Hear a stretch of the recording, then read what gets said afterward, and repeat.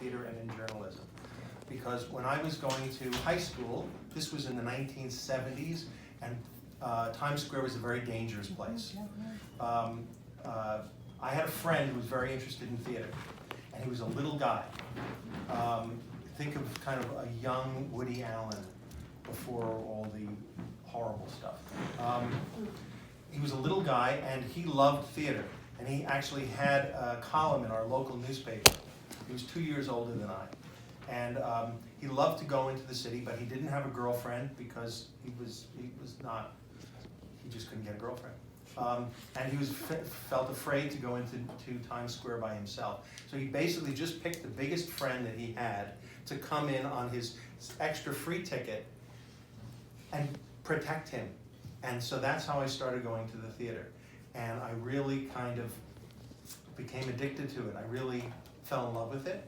But then Times Square started to get safer, and Dave's went to college and his social life improved. So he had a girlfriend, so I was out of a free ticket.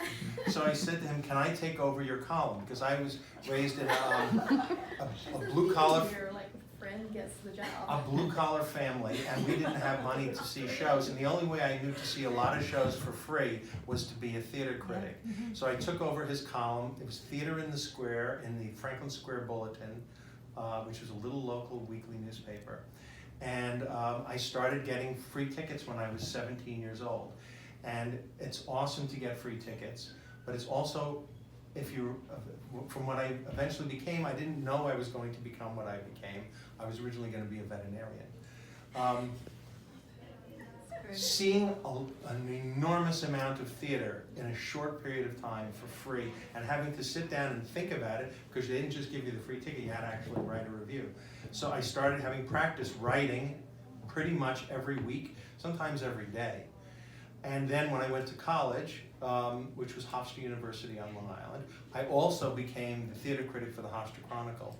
So I started writing reviews of the shows on Long Island, where Hofstra is located, and also writing two separate versions of my reviews, one for the Franklin Square Bulletin and one for the Hofstra Chronicle. And that experience of having to write every day, having to think about what I've seen, having to analyze it, and getting to see a lot of shows, which for me, as I said, I didn't see my first show till I was 15 years old on a school trip. Again, my family was not a wealthy family. My dad was a prison guard at the Queen's House of Detention, but he was also a jazz musician on the side. So there's a little bit of art stuff going on there.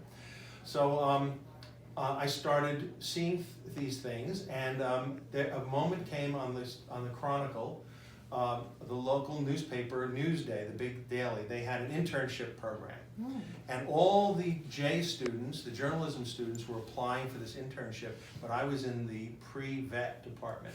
And I said, maybe I'll apply too. And they said, it was like the ugly stepsisters. Like, they're not going to pick you. You're a pre-vet student. I said, I'll show them. So I applied for this internship, and I sent them all my reviews. And lo and behold, I got picked for the Newsday internship. And none of them got picked for the Newsday internship. So I also found I liked working in the newsroom much more than I liked working in the laboratory. And when I was in my sophomore year, I decided I'm going to change my major. I'm going to change it over to communications. And I started, again, I was writing constantly, and then now I'm writing news on Newsday, which it's a Pulitzer Prize-winning newspaper, holding people to the highest standards of journalism. And I started being a regular journalist. They didn't have me do the theater reviews for them. They had me, as I mentioned earlier, they had me doing hard news constantly, day in and day out.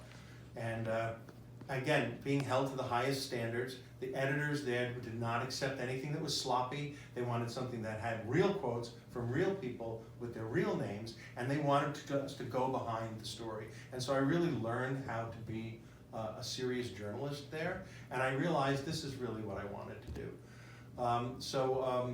After college, I was hired by a chain of newspapers in suburban Westchester County as a full-time reporter, hard news reporter, and I wanted to break in as a theater critic. So the New Haven Register was looking for a critic, so I became the critic for the New Haven Register at a time when Lloyd Richards was the artistic director at Yale Rep. Arvin Brown was the artistic director at Long Wharf.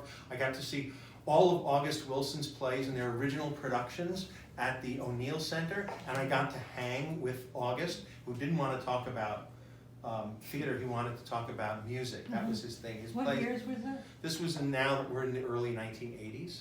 That's when I was at Yale. And I spent a lot of time on Chapel Street and College Street and reviewing all these things for them, and it was an incredible time to be involved with this. But now I also have a side interest. I'm actually